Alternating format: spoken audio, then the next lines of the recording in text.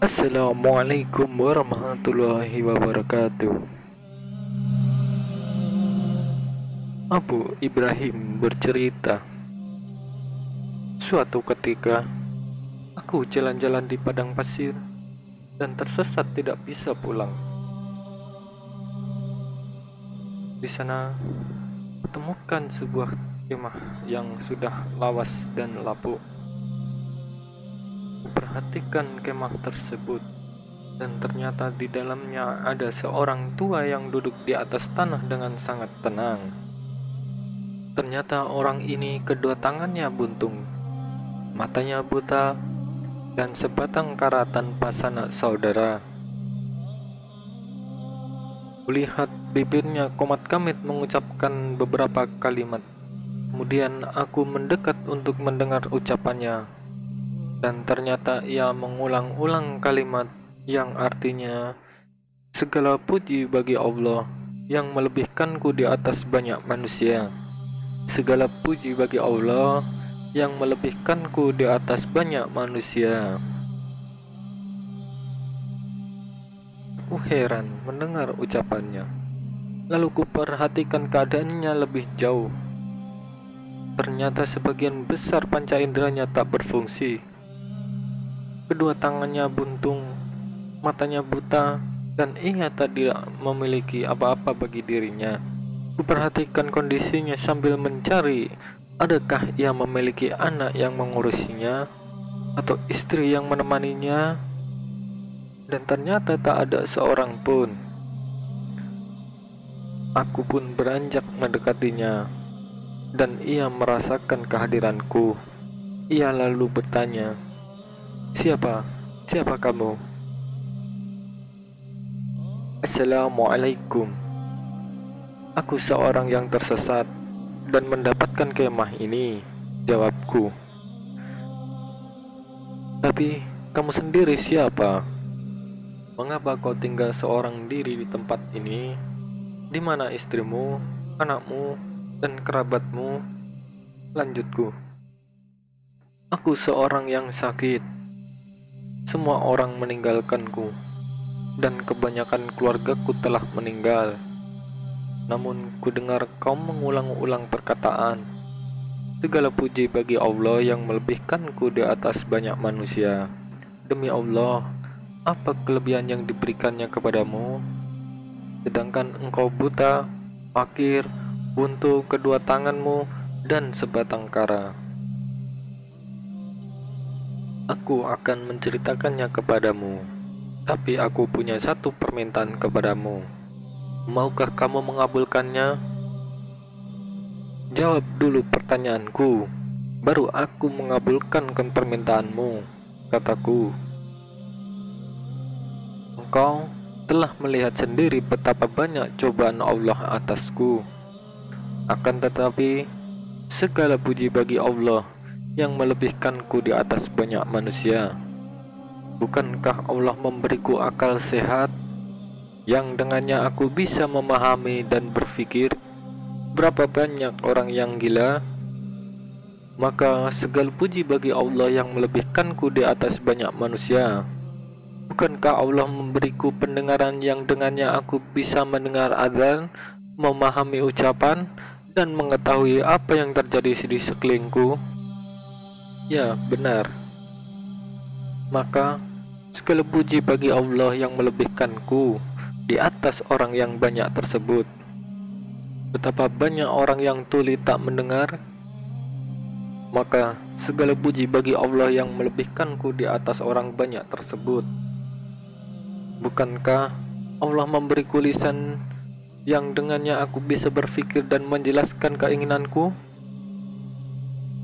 "Ya, benar.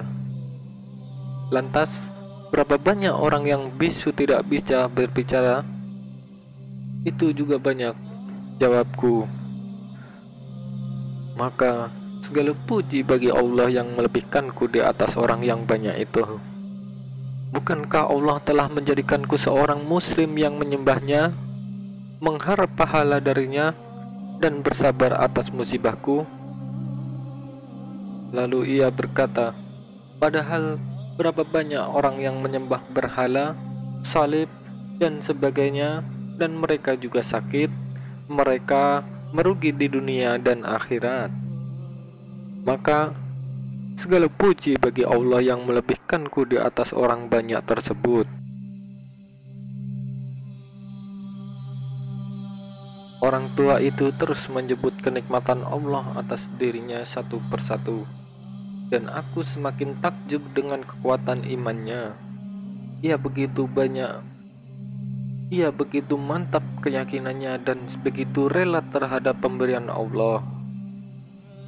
Betapa banyak pesakitan selain beliau yang musibahnya tidak sampai seperempat dari musibah beliau. Mereka ada yang lumpuh, ada juga yang kehilangan organ tubuhnya. Tapi bila dibandingkan dengan orang ini, maka mereka tergolong sehat. Pun demikian mereka meronta-meronta, mengeluh, dan menangis sejadi-jadinya. Mereka amat tidak sabar dan tipis keimanannya terhadap balasan Allah atas musibah yang menimpa mereka. Padahal pahala tersebut demikian besar.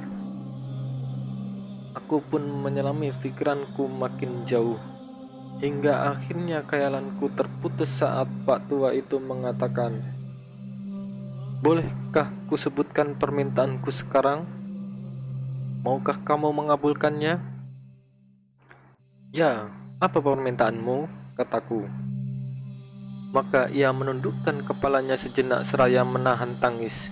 Ia berkata, "Tidak ada lagi yang tersisa dari keluargaku melainkan seorang bocah berumur 14 tahun. Dialah yang memberiku makan dan minum, serta mewudukan aku dan mengurusi segala keperluanku. Sejak tadi malam ia keluar mencari makanan untukku dan belum kembali hingga kini. Aku tak tahu apakah ia masih hidup dan diharapkan kepulangannya, ataukah telah tiada dan kulupakan saja. Dan kamu tahu sendiri keadaanku yang tua renta dan buta yang tidak bisa mencarinya."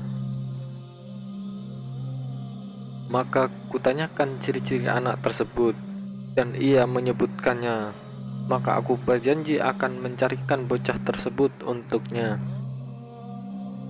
Aku pun meninggalkannya dan tak tahu bagaimana mencari anak tersebut. Aku tak tahu harus memulai dari arah mana.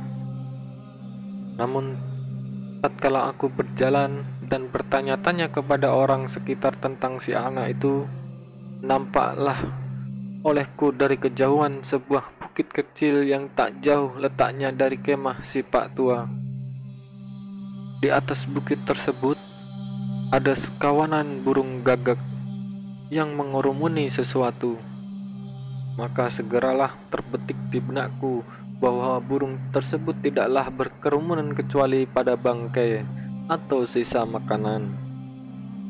Aku pun mendaki bukit tersebut dan mendatangi kawanan gagak tadi hingga mereka berhambur terbang. Tatkala aku datangi lokasi tersebut, ternyata anak itu telah tewas dengan badan terpotong-potong. Rupanya seekor serigala telah menerkamnya dan memakan sebagian dari tubuhnya, lalu meninggalkan sisanya untuk burung-burung. Aku lebih sedih memikirkan nasib orang tua itu daripada nasib si anak ini. Aku pun kemudian menuruni bukit dan melangkahkan kakiku dengan berat menahan kesedihan yang mendalam. Haruskah ku tinggalkan orang tua itu menghadapi nasibnya sendirian? Ataukah ku datangi dia dan ku kabarkan nasib anaknya kepadanya? Aku berjalan menuju kemah orang tua itu. Aku bingung harus mengatakan apa dan mulai dari mana. Lalu terlintaslah di benakku akan kisah Nabi Ayub alaihissalam. Maka kutemui orang tua itu, dan ia masih dalam kondisi yang memprihatinkan seperti saat yang kutinggalkan. Ucapkan salam kepadanya. Dan Pak Tua yang malang ini demikian rindu ingin melihat anaknya. Ia mendahuluiku dengan bertanya, "Di mana anak itu?" Kemudian aku menjawabnya, "Jawablah terlebih dahulu, siapakah yang lebih dicintai Allah, engkau atau Nabi Ayub alaihissalam?" Tentu Nabi Ayub alaihissalam lebih dicintai Allah. Lantas, siapakah di antara kalian yang lebih berat ujiannya? Tentu saja Nabi Ayub alaihissalam. Kalau begitu, berharaplah pahala dari Allah, karena aku mendapati anakmu telah tewas di lereng gunung. Ia diterkam oleh serigala dan dikoyak-koyak tubuhnya. Maka orang tua itu pun tersedak-sedak seraya berkata, "La ilaha illallah." Dan aku berusaha meringankan musibahnya dan menyebarkannya. Namun sedakannya semakin keras hingga aku mulai menalkinkan kalimat syahadat kepadanya, hingga akhirnya ia meninggal dunia. Ia wafat di hadapanku. Lalu kututupi jasadnya dengan selimut yang ada di bawahnya. Lalu aku keluar untuk mencari orang yang membantuku mengurus jenazahnya. Maka kudapati ada 3 orang yang mendarai unta mereka. Nampaknya mereka adalah para musafir. Maka ku panggil mereka dan mereka datang menghampiriku. Katakan kepada mereka, "Maukah kalian menerima pahala yang Allah giring kepada kalian? Di sini ada seorang muslim yang wafat dan dia tidak punya siapa-siapa yang mengurusinya. Maukah kalian menolongku memandikan dan mengafani serta menguburkannya?" "Ya," jawab mereka. Mereka pun masuk ke dalam kemah mengambil mayat Pak Tua untuk memindahkannya. Namun ketika mereka menyingkap wajahnya, mereka saling berteriak, "Abu Kilabah, Abu Kilabah." Ternyata Abu Kilabah adalah seorang ulama mereka. Akan tetapi, waktu silih berganti dan ia dirundung berbagai musibah hingga menyendiri dari masyarakat dalam sebuah kemah lusuh. Kami pun menunaikan kewajiban kami atasnya dan menguburkannya. Lalu, aku pun kembali bersama mereka ke Madinah. Malamnya, aku bermimpi melihat Abu Kilabah dengan penampilan indah. Ia mengenakan gamis putih dengan badan yang sempurna. Ia berjalan-jalan di tanah yang hijau. Maka aku bertanya kepadanya, "Hei Abu Kilabah, apa yang menjadikanmu seperti yang kulihat ini?" Maka ia pun menjawab, "Allah telah memasukkanku ke dalam jannah dan dikatakan kepadaku di dalamnya, 'Salam sejahtera atasmu sebagai balasan atas kesabaranmu. Maka inilah surga, sebaik-baik tempat kembali.'"